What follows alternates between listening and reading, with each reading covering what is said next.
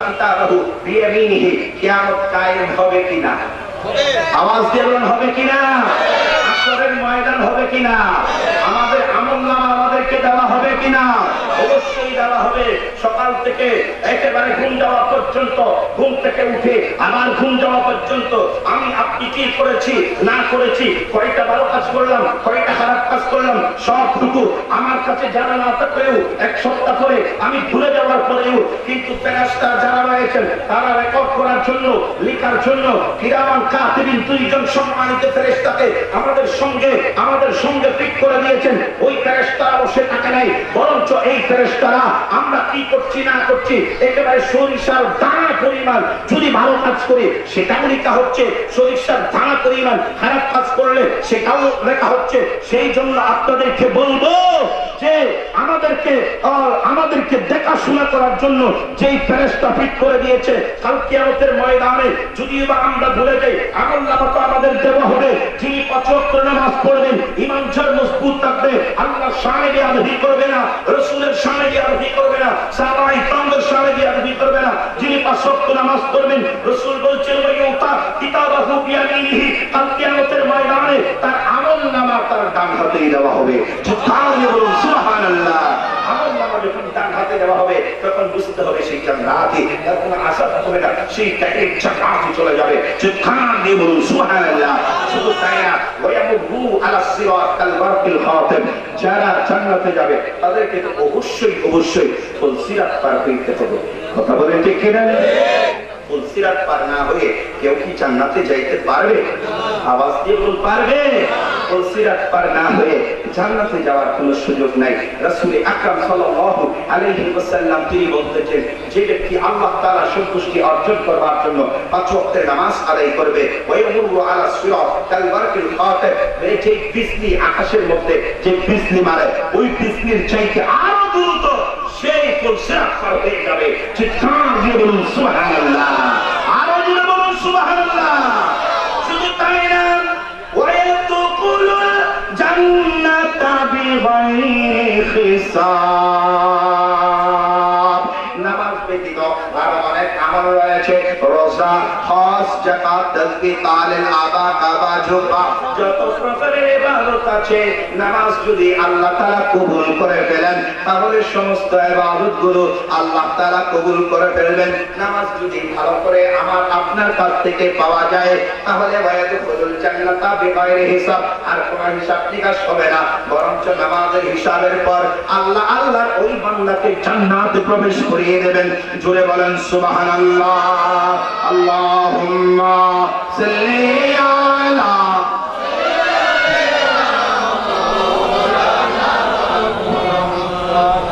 ওয়া আলা আলি সাইয়্যিদিনা।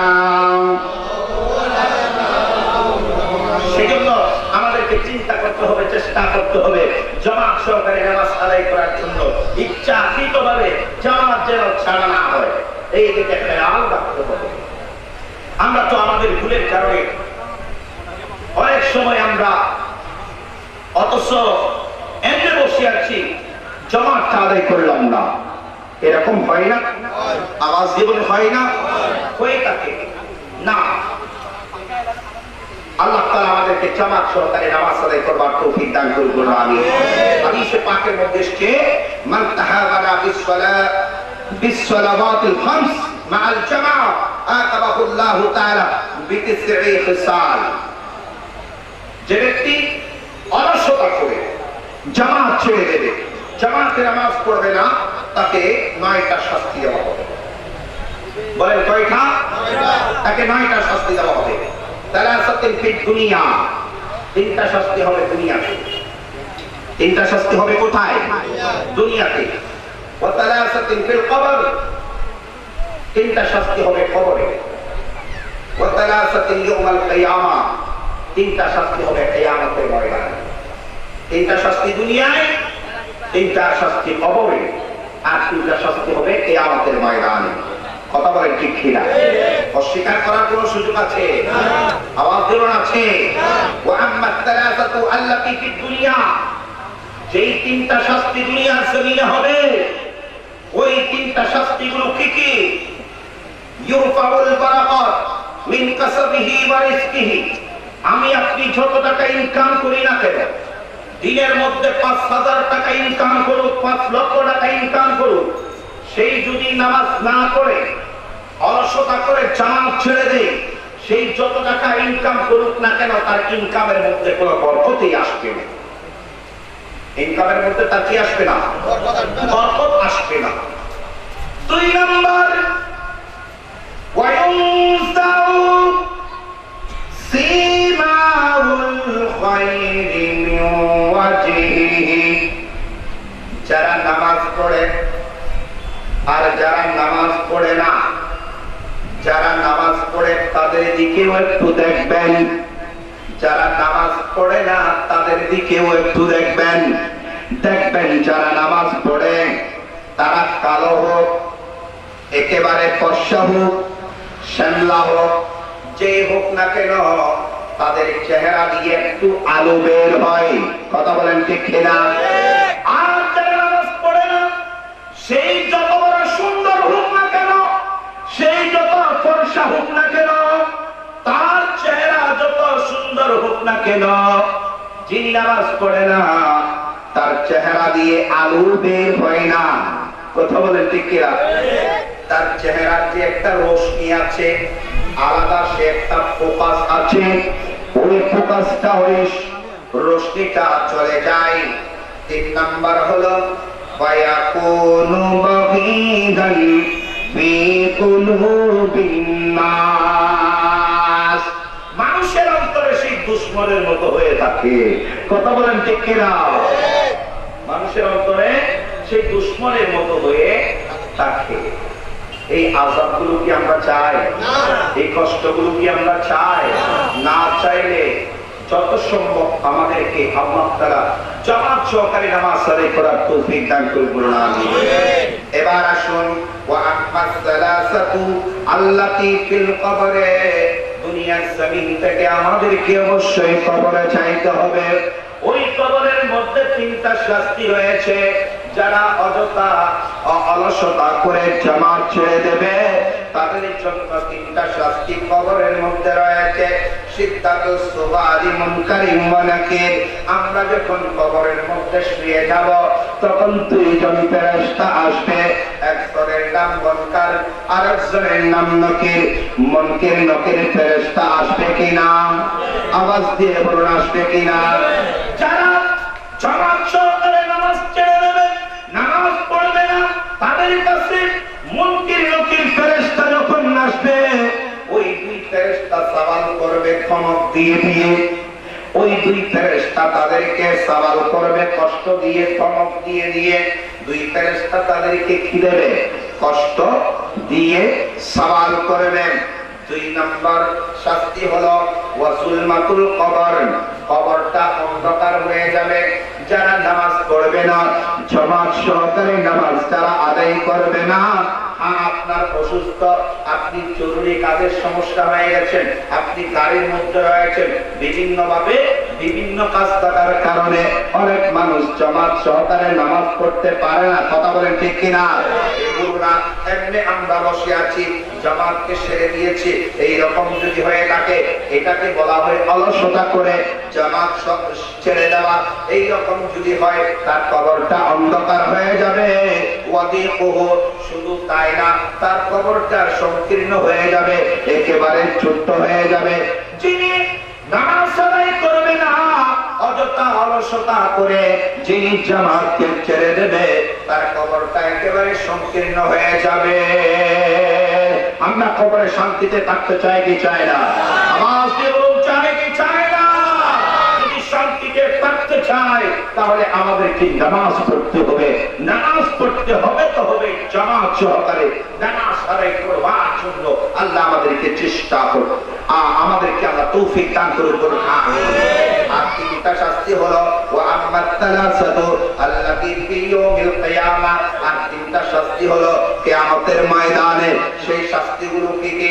1 নম্বর হলো সিদ্ধাতুল হিসাব। তাকে তার হিসাব নিকাশ করে খুব কঠিন করে আমার আপনার কাছ থেকে কাল কিয়ামতের ময়দানে হিসাব নেওয়া হবে। কথা বলেন ঠিক কিনা?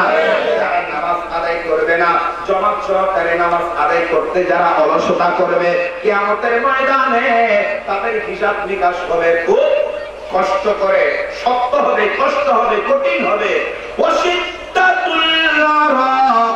যারা আরেকটা আযাব হলো কিয়ামতের ময়দানে তার শরীরটা একেবারে ঘামের মধ্যে ডুবে যাবে, ঘামের কারণে সে কষ্ট পাবে, কষ্ট হবে তার। 3 নম্বর হলো ওয়াশিদ্দাতুল লুকুফি আলাস সিরাত, পুলসিরাত পার হতে তার কষ্ট হয়ে যাবে, কারণ পুলসিরাত পার না হলে তো জান্নাতে যেতে পারবে না। কথা বলেন ঠিক কি না? যারা জামাতকে অলসতা করে ছেড়ে দেবে ওই সমস্ত ব্যক্তিরা পুলসিরাত পার হইতে কষ্ট হবে। সেই জন্য আল্লাহ রব্বুল আলামিন আমাদেরকে ডিউটাইম নামাজ আদায় করার জন্য তৌফিক দান করুন, বলুন আমিন। আল্লাহুম্মা সাল্লি আলা সাইয়্যিদিনা ওয়া আলা আলিহি সাইয়্যিদিনা। सूरज तजल्लियों का हर दम चमक रहा है, देखा नहीं किसी दिन साया तेरे गली में। अल्लाहुम्मा सल्ली अला सय्यिदिना मौलाना मुहम्मद।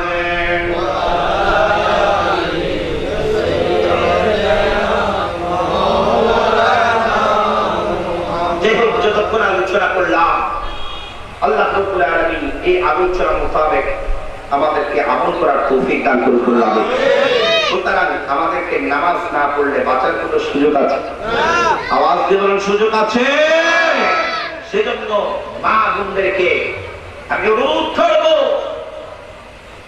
মাউত কখন হয় আমরা জানি না, মৃত্যুর জন্য আমাদেরকে প্রস্তুত দিতে হবে। কথা বলেন ঠিক কিনা? অনেক সুস্থ মানুষ, ভালো মানুষ সকালবেলা ঘুম থেকে উঠছে, তার কাজে দেরি হয়ে গেছে, হয়তো সেখান থেকে ঘুম চলে আসছে, সেই মৃত্যুবরণ করেছে। কথা বলেন ঠিক কিনা? বাবা দুনিয়াতে আসার সিরিয়াল থাকে, টাকার কাছ থেকে বাবা আসছে, বাবা মায়ের মাধ্যমে সন্তান আসছে, তাদের সন্তান। কথা বলেন ঠিক কিনা? কিন্তু অনেক সময় দাদার কাঁধে উঠে নাতি কবরে চলে যায়। কথা বলেন যায় না? বাবার কাঁধে উঠে ছেলে কবরে চলে যায়। আসার সময় একটা সিরিয়াল থাকে, যাওয়ার সময় বাবা কোনো সিরিয়াল নাই। সেজন্য প্রতিদিন আমাদেরকে অন্তত পক্ষে 5 বার হলো মালাকুল মউতকে স্মরণ করতে হবে। কথা বলেন ঠিক কিনা?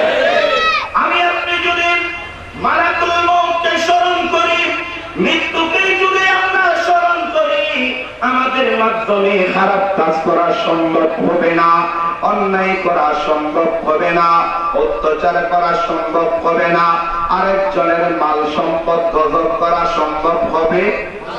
আওয়াজ দিয়ে হবে। মদ খাওয়া সম্ভব হবে? গাঁজা খাওয়া সম্ভব হবে? ইয়াবা ট্যাবলেট খাওয়া সম্ভব হবে? কখনো হবে না, যদি মৌতের কথা আমার আপনার খেয়াল থাকে। ঠিক না বেঠি? আজকে আমরা একজন মানুষ মৃত্যুবরণ করলে তাকে আমরা কবর দেওয়ার সময় কত হাসাহাসি করে থাকি, কত চিল্লা পাল্লা করে থাকি, অথচ আমরা খবর দিচ্ছি ওই খবরস্থান থেকে, ওই ময়্যত থেকে আমাদেরকে শিক্ষা অর্জন করা দরকার। আজকে আল্লাহর এই বান্দা বান্দিনী কবরে চলে গেছে, কবরের সামান নিয়ে চলে গেছে, হয়তো এমন একটা সময় আসবে আমাকেও চলে যাইতে হবে। কথা বলেন ঠিক কিনা? তো যেহেতু যাইতে হবে, সে আমাদেরকে সামান জোগাড় করতে হবে। ঠিক না বেঠিক? সময় একেবারে ফুরিয়ে যাচ্ছে, এখানে আমার আরেকটা সাবজেক্টের অংশ রয়েছে। যেহেতু আমি যা আলোচনা করলাম, এখানে নামাজের উপকারিতাও আপনারা পেয়েছেন, না পড়ার উপকারিতাও আপনারা পেয়েছেন। কথা বলেন ঠিক কিনা? এগুলো তো এত বিশাল আলোচনা, ঘন্টার পর ঘন্টা বলার পরেও কি এগুলো শেষ হবে? আওয়াজ দিয়ে শেষ হবে? শেষ কথা হলো আমার ঈমান মজবুত রাখতে হবে, আমাল সালেহা করতে হবে। ঈমানদারের জন্য শ্রেষ্ঠ ইবাদত, সর্বোত্তম ইবাদত, উৎকৃষ্ট ইবাদত সেটা নামাজ। নামাজ অবশ্যই আমাদেরকে পড়তে হবে। আরেকটা বিষয় হলো ভালো কাজের আদেশ ও মন্দ কাজের নিষেধ। ভালো কাজের আদেশ, মন্দ কাজের নিষেধ। কেউ যদি ভালো কাজ করতে, অন্যায় কাজ করতে দেখে, তাহলে আমার আপনার দায়িত্ব হবে সেই অন্যায় কাজ থেকে তাকে বারণ করা। কথা বলেন ঠিক কিনা? নিজেও ন্যায় কাজ করতে হবে, ফ্যামিলিকেও ন্যায় কাজ করার জন্য বলতে হবে।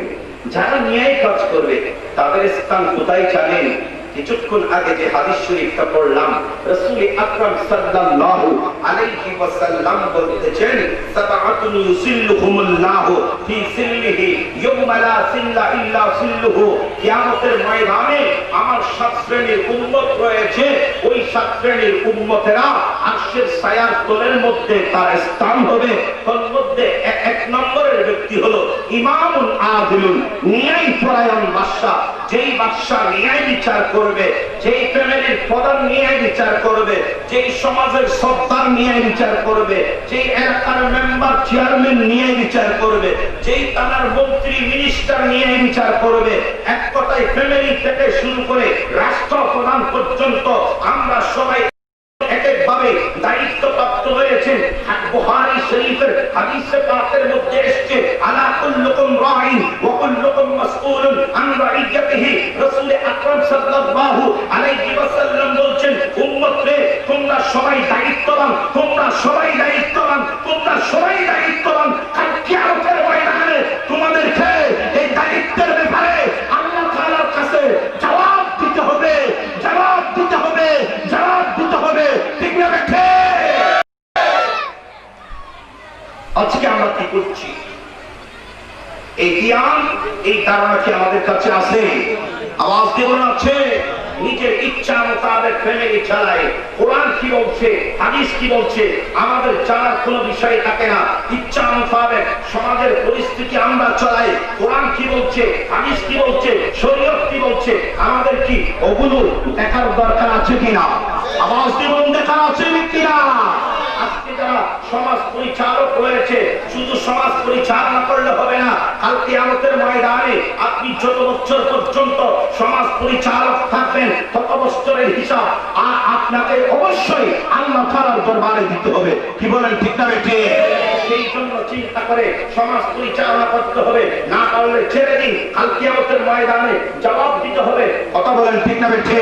অন্ততপক্ষে একজন মানুষ যদি সমাজের মক্কায় মদ পান করে সমাজে অন্যায় ভাবে চলে, আপনি বিয়ের আসর খুলেছেন, সেখানে ব্যাংকের দাম দিয়েছেন, কোন সমাজের নেতা গিয়ে সেখানে নিষেধ করেছেন? আমাকে আপনি বলেন তো। হ্যাঁ, যদি আপনি নিষেধ করেছেন, আপনি দায়িত্ব পালন করেছেন, কাল কিয়ামতের ময়দানে আপনাকে বেঁচে যাবেন। কিন্তু যদি আপনি বলেন উনি করছে আমি কি করব, উনি অন্যায় করলে আমার কি দোষ, এইরকম যদি আপনার আমার অন্তরে থাকে, কাল কিয়ামতের ময়দানে অবশ্যই আমাদেরকে জবাবদিহি করতে হবে। কথা বলেন ঠিক কিনা?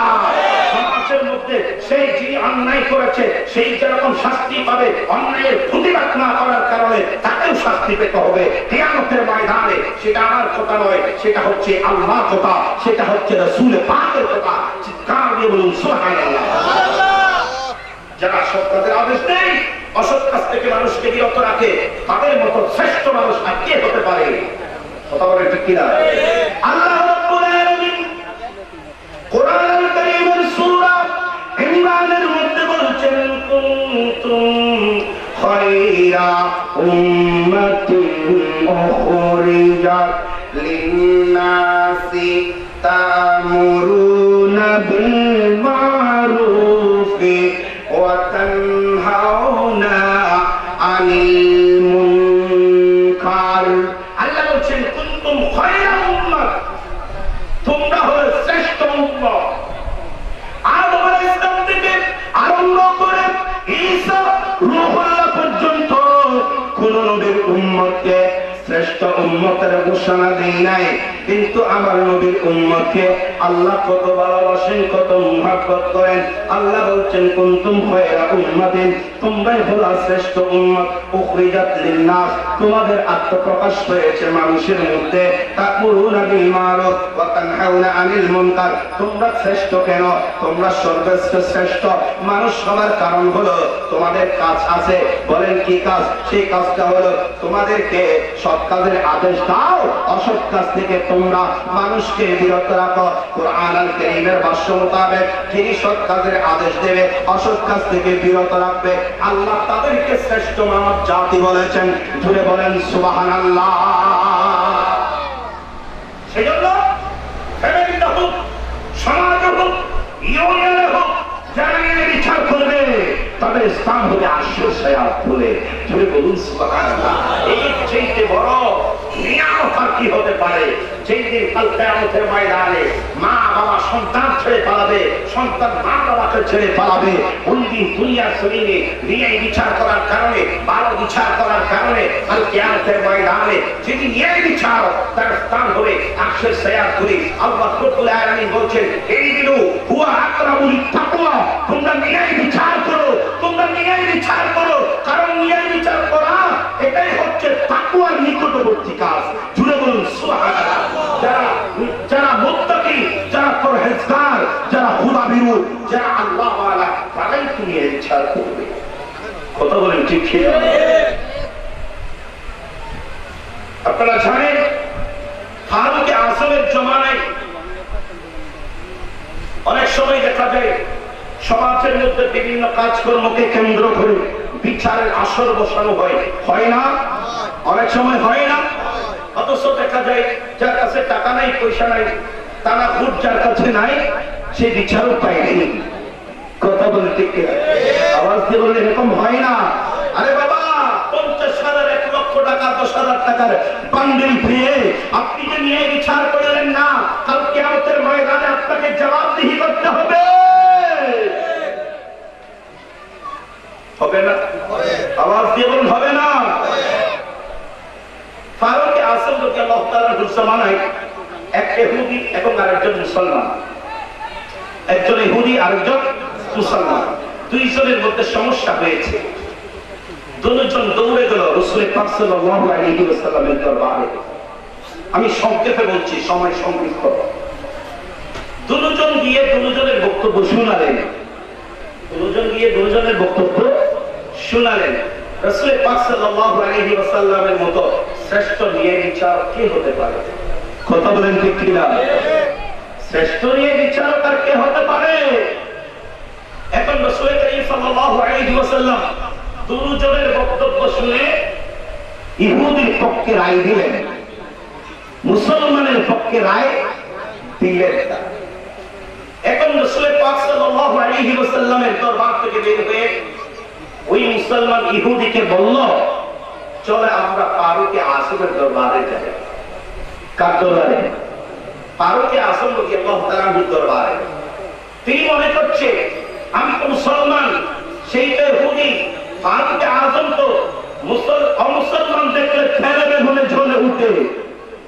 ফারুক আযম নিশ্চয় আমার পক্ষে বিচারের রায় দেবে। সেজন্য ইহুদিকে বলতেছে, চলো আমরা বিচারটা নিয়ে ফারুক আযমের দরবারে যাই। তিনি মুসলমান হলেও কত বড় মুনাফিক চিন্তা করে দেখুন। নামদারি মুসলমান মুনাফিক, নামদারি মুসলমান কি মুনাফিক। তো ওই ইহুদি বলতেছে, তোমার মতো আশ্চর্য ধরনের মানুষ তো আমি দেখতে পাচ্ছি না। বলে কেমন? ইহুদি বলতেছে, কেউ কি উচ্চ আদালত থেকে নিম্ন আদালতে যায়? তুমি তো এখন উচ্চ আদালত থেকে নিম্ন আদালতে যাচ্ছ। তোমাদের নবী মুহাম্মদ সাল্লাল্লাহু আলাইহি ওয়াসাল্লামের দরবার তো উচ্চ আদালত, এর চাইতে বড় আদালত আর কি আছে? আর এখন দেখছি তোমাকে তুমি নিম্ন আদালতে চলে যাচ্ছ। এরপরেও ইহুদি বললেন, ঠিক আছে চলো। ফারুক আযমের দরবারে গেল, ঘরে গেল। ফারুক আযম ঘর থেকে বের হলেন। বের হওয়ার পর জিজ্ঞাসা করলেন, তোমরা কেন আসছো? ইহুদি কথা বলে উঠল। ইহুদি বলছে, আমি কাজ কর্ম সম্পর্কে বলার পূর্বে আপনাকে বলতে চাই, আপনার দরবারে আসার পূর্বে যেই কারণে আমরা এসেছি ওই কারণটা নিয়ে আপনাদের নবী মুহাম্মদ সাল্লাল্লাহু আলাইহি ওয়াসাল্লামের দরবারে গিয়েছি। কিন্তু মুহাম্মদ সাল্লাল্লাহু আলাইহি ওয়াসাল্লাম আমরা উভয়ের বক্তব্য শুনে আমার পক্ষে রায় দিলেন আর মুসলমানের পক্ষে রায় দিলেন না, সেই জন্য তিনি আমাকে ধরে আপনার কাছে নিয়ে আসলেন। এমন যখন বলা হলো, এমন অবস্থায় ফারুক আজমের রাগ উঠে গেল। ফারুক আজম বলতেছেন, তোমরা দুইজন দাঁড়াও, রাসূল পাকের বিচার যিনি মানে না তার বিচার আমি কিভাবে করি দেখো।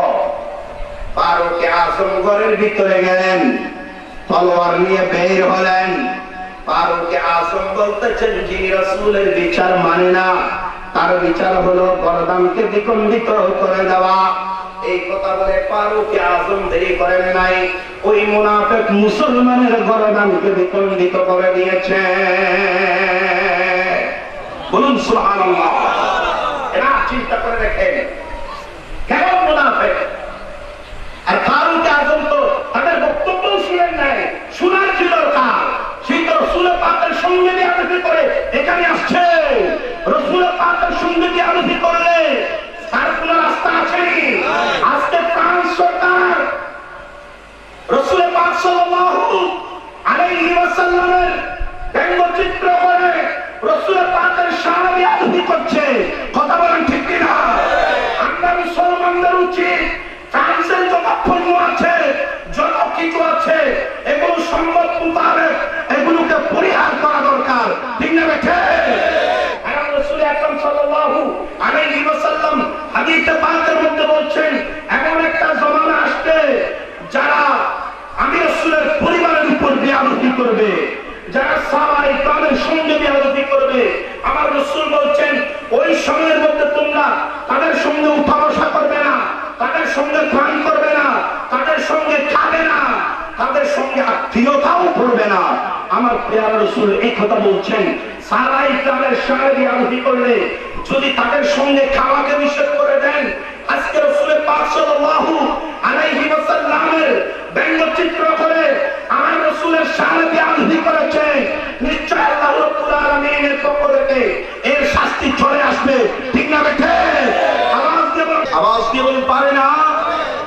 রাসূল আকরাম সাল্লাল্লাহু আলাইহি ওয়াসাল্লাম তিনি বলতেছেন, ফাইল্লাম ইস্তাতি, যদি তুমি সক্ষম না হও হাত দ্বারা প্রতিহত করতে, তোমার যদি সাহস না থাকে বা তোমার যদি সমস্যা সৃষ্টি হয়, তাহলে তুমি কি করবা? ফাবিল ইসলাহি, তোমার জুবান দিয়ে বলো যে তুমি মদ খায় না, শরাব পান করো না, তুমি এরকম বলো। তার অন্যায় যে কাজ করবে অন্ততপক্ষে তাকে তোমার জুবান দিয়ে একবার হলেও তুমি তাকে নিষেধ করো। তাতেও যদি তুমি সক্ষম না হও, যদি তুমি জুবান দ্বারা বলতে যাও যে তুমি অপরাধ করো না, তাহলে তোমার উপর শাস্তি আসতে পারে, সমস্যা আসতে পারে। এরকম হয় না? আওয়াজ দিয়ে বলুন, হয় না? তখন তুমি কি করবা? রাসূল বলছেন, ফাইল্লাম ইস্তাতিফা বিকলবিহি ওয়াযালিকা আদাফুল ঈমান, যদি তুমি তাকেও সক্ষম না হও তাহলে অন্তরে হলেও তাকে ঘৃণা করো, অন্তরে হলেও তাকে কি করো? ঘৃণা করো।